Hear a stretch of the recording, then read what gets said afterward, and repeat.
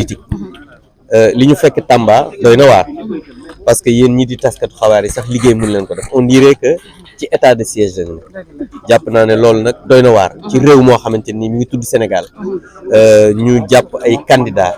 di leen def ay otage politique mënuñu def campagne di yàq liggéeyu réew mi ba pare ñuy def dem tribunal mu mel ne dañu nekk ci réew mu am guerre je pense que loolu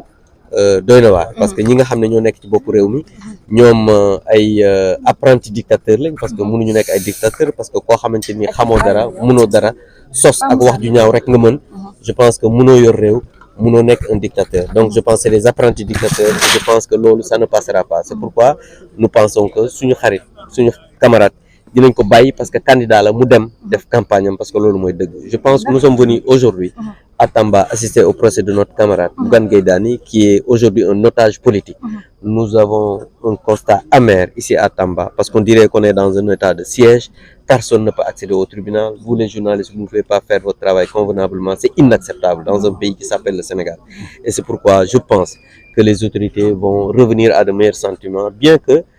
nous n'attendons absolument rien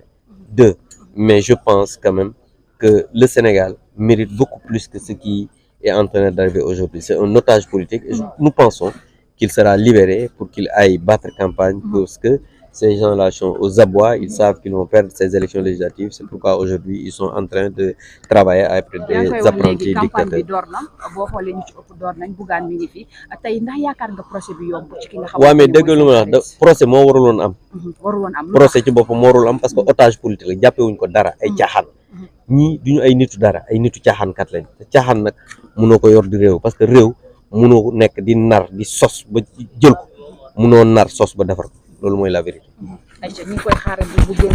Bakel, nous aurions pu nous retrouver là avec lui.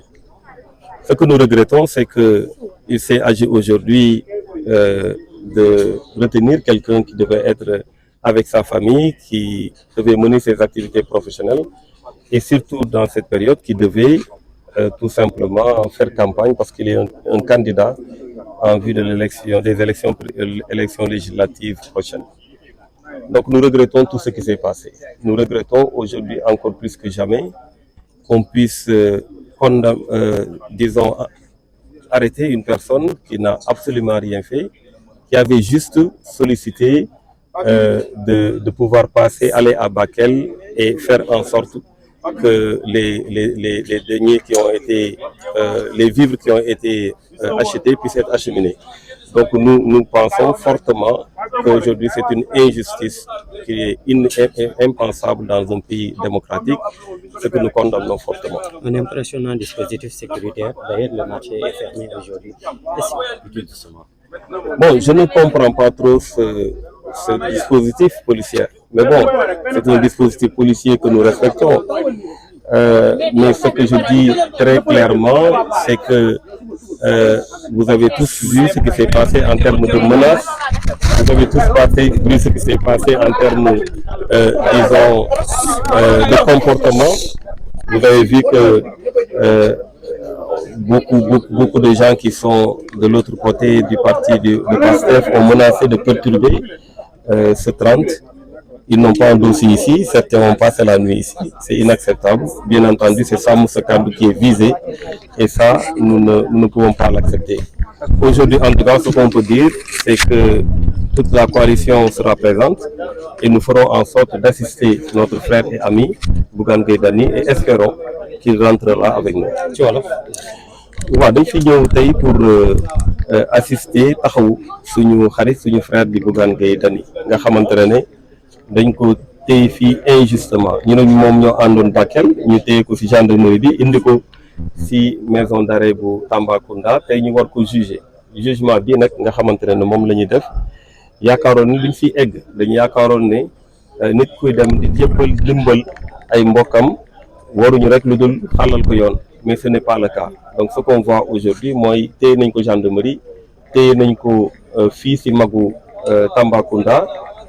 tardel ko ci liggéeyam tardel ko ci campagne électorale am bi nga xamante ne moom la waroon def ak ñun muy sàmm sa kàddu may fàttali nag ne tey soo leen gisee dispositif bi am yëpp c'est parce que évidemment même ñi nga xamante ne bëgguñu nit ñi ñun yi nga xam ñoo ngi suivre aujourd'hui depuis Tamba ni ñu ko defee keroog Bakel jóge Bakel ñëw Tamba noonu lañ dellu siwaate Tamba tey pour espérer que la justice soit dite, que le droit soit dit et que jàpp nañ ne loolu bu ñu ko defee tey Bougane Gueye Dany dafa war a génn defi campagne électorale donc nu tey li ñuy xaar mooy un procureur de la République et des juges libres xaaruñu un procureur boo xamante ni dafay nekk d'un parti wala nekk à la solde d'un pouvoir te tey jii lépp kilifa diine yeeg ñëpp wax nañ ko ak les forces vives yëpp wax nañ ko Bougane Gueye Dany fan yi mu def fii ëpp na te du dëgg du yoon donc li ñuy xaar tey mooy que la justice soit dite te ñoo ngi xaar que balance bi balancé véritablement tey pour ñu bàyyi Bougane mu dellu ci waa këram parce que li ñu ko jàppee ni ay caaxaan la amul benn sens et que sénégalais yi nga xamante ni yëpp justice ñor na leen dëgg ñor na leen xam nañ ne Bougane deful dara fi nga xamante ni foofu lañ ko téye Tamba jubluwuñ ci lu dul humilier ko ak toroxal ko te loolu jàppoon nañ ne 24 mars 2024 lay yem mais c'est triste de constater que les vieux démons ñoo ngi ressurgir di génnaat les faucons tamit tey am na ñoo xamante ni moom nee nañ warul génn tey warul génn maa ngi gis sax sànq bi ngeen di direct am na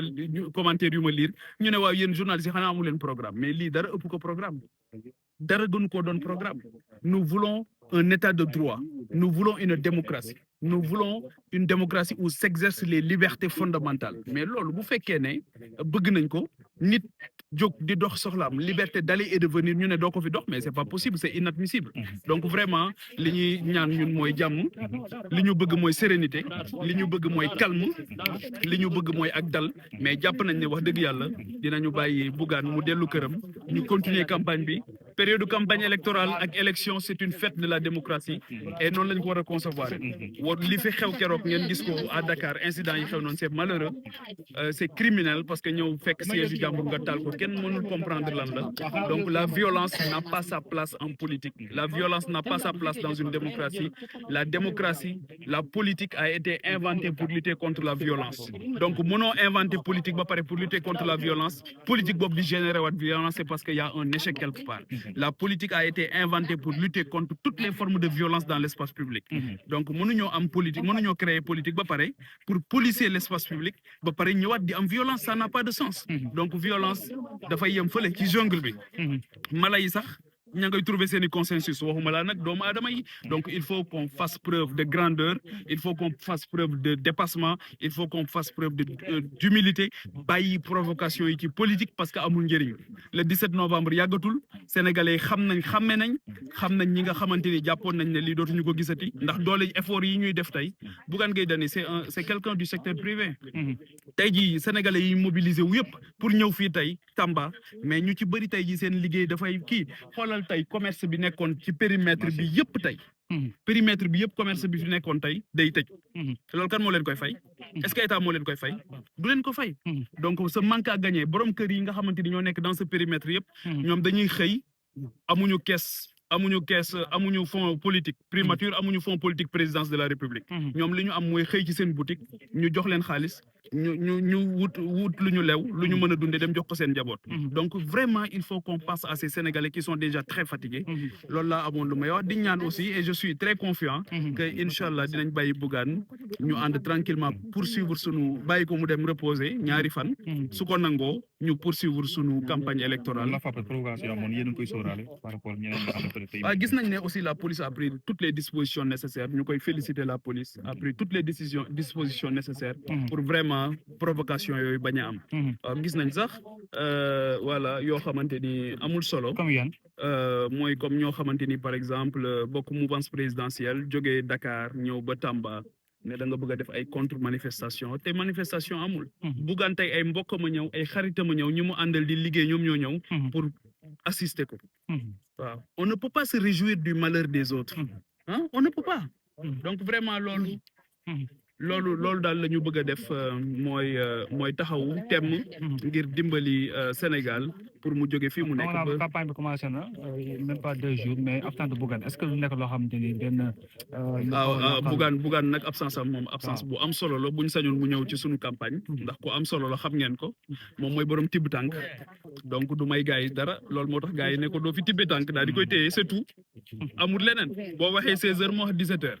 loolu moo tax gars yi ne ko duñ la ko may te gisoon nañ jeexital bi mu commencé woon am sénégalais yi di ko bàyyi xel di ko déglu mu am capacité de déploiement macha allah donc